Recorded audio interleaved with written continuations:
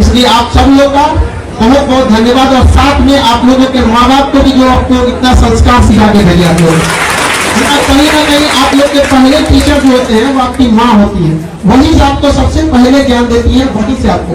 और याद रखिएगा आप यहाँ आए हैं तो आपकी माँ आपका रास्ता देख रही है कि आपके बच्चे, उनके बेटी, उनका बेटा सफल होके आएगा। यहाँ से अगर आप असफल होके जाते हैं तो आप अपनी माँ की नजरों में गिर जाएंगे। माँ ऐसी चीज होती है जो 2 रोटी कम भी खाती है लेकिन बच्चों को पढ़ाती है। हमको याद है आज भी कि जब हम ग्रेजुएशन में पढ़ रहे थे तो मेरी मम्मी को ऑपरेशन कराना था पथरी का, और वो डॉक्टर बोला था ना बहुत बड़ा सा पथरी था। अब हमको एग्जैक्ट नहीं याद आ रहा है लेकिन बहुत ज्यादा। मम्मी कही ना कि पहले ऑपरेशन बाद में होते रहेगा, पहले तुम पढ़ाई कर लो। और हमको मतलब अपने ऑपरेशन का पैसा रख के पढ़ने के लिए भी दिया था। तो हम बहुत टेंशन में थे। क्लास 9th में एक समय ऐसा आया था ना कि मतलब डिप्रेशन, एक 9th के लड़का को डिप्रेशन पता भी नहीं रहता। पर मेरे दादाजी जो थे टीचर थे, इतना ज्यादा हम डिप्रेशन में चले गए थे ना कि दादाजी से पूछे तो दादाजी हमको गोद में बैठा तो कहें कि देखो एग्जाम में सक्सेस हो ना हो ये मायने नहीं रखता है, लाइफ में सक्सेस होना चाहिए। यहाँ पर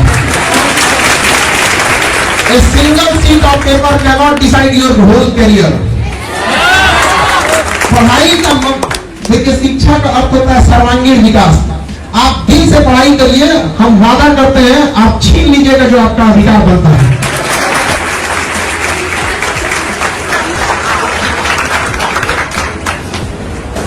इसके बाद हमारे डीआईजी सर को सम्मानित करेंगे। हमारे डीआईजी पहले सर के लिए जोरदार ताली। एक बार प्रवेश सर के लिए जोरदार ताली।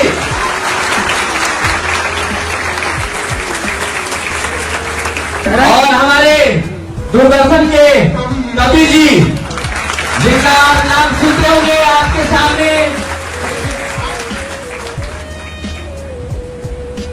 सर बहुत बड़े मोटिवेशन हम सबके लिए। आपको पता होना चाहिए, आपको बता दें आपकी जानकारी के लिए, सर दिव्यांग होने के बावजूद ऐसे सर को चलने में बहुत दिक्कत होता है। वहाँ पे हम सब क्या कहें, सर का आर्टिफिशियल पैर है और 5वें तल्ले पे चल गए। हम कहेंगे विद्यार्थी होना है तो इनका क्या कहना था पता, इनका कहना था कि हम सर के बल चल चलेंगे, पैर तो अभी है हमारे पास। इस जुनून के लिए हम सबको बहुत बहुत आभारी हैं। जोरदार तालियों के साथ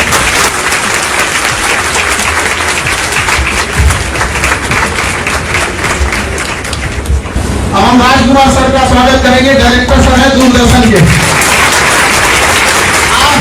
आज के समय में भी जो अपनी गरिमा बना के रखा है जो चैनल, उसका हम बहुत बहुत आभारी हैं कि इस दौर में भी इन्होंने अपनी गरिमा को बना के रखा है। वरना इस टीआरपी के दौर में लोग क्या क्या ना कर दिए जिसका कोई हद नहीं। आप पढ़े लिखे लोग हैं, टीवी तो देखते होंगे यहाँ पर। तो बहुत बहुत आपका धन्यवाद, आप यहाँ आए।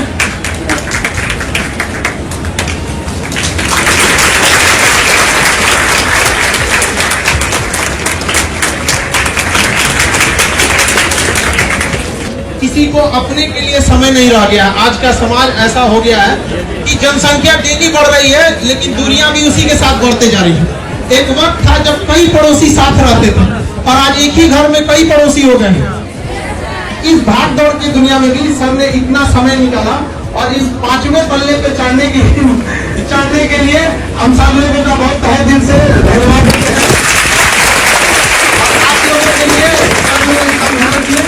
और हम अब एक एक करके सर आप लोगों को अपने अनुभवों के आधार पर आप लोगों को किस तरह से सफल होना है और आपको बातों को बताएंगे। गर्मी बढ़ रही है लेकिन जो आपके चेहरे की जो मुस्कान मैं देख रहा हूँ और हौसले की उड़ान की जो चाहत देख रहा हूँ, आकाश को छूने की जो चाहत देख रहा हूँ, उससे मेरा मन बहुत ही आनंदित हो गया। मुझे लगता है कि सर लोगों ने बहुत कुछ बताया है समय के बारे में, बहुत चीजें।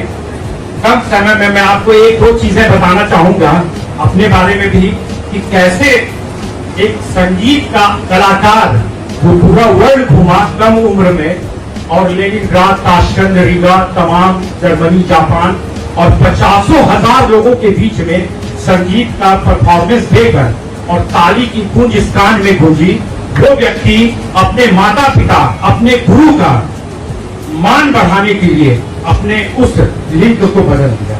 ये मैं बताऊंगा, लेकिन बच्चों आप लोगों से एक चीज मैं पूछना चाहूंगा कि आप लोग मेला में या भीड़ में जरूर गए होंगे, गए हैं ना? तो आपने एक चीज का ध्यान रखा होगा कि या तो आपके मम्मी पापा या गार्जियन आपका हाथ पकड़ के रखे होंगे, या आप अपनी उंगली उनके हाथ में दे दिए होंगे कि मेरी उंगली पकड़ के रखो। या तो माता पिता पकड़े होंगे या आप उनका हाथ को जोड़ते। इसका कारण क्या था?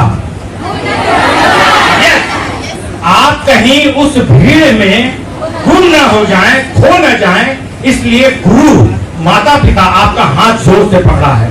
इसलिए मैं खान साहब को मैं बहुत ही तहे दिल से इनका मैं शुक्रिया अदा करूंगा कि ये एक ऐसे माता पिता से भी बढ़ के गुरु है जो अपने बच्चों का हाथ जोर से पकड़े हुए हैं कि वो भीड़ में खो न जाए। तो ऐसे गुरु को तारीफ करता हूं और जोरदार तालियां बजाइए।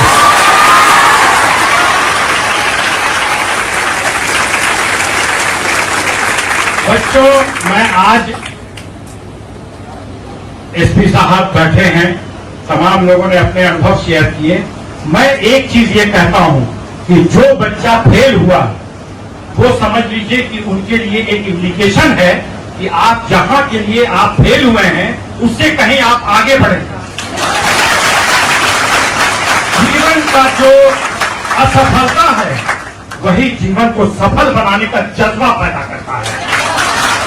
अगर आप असफल हुए तो आप अपने आप को खोजिए कि किस कारण से हम असफल हुए।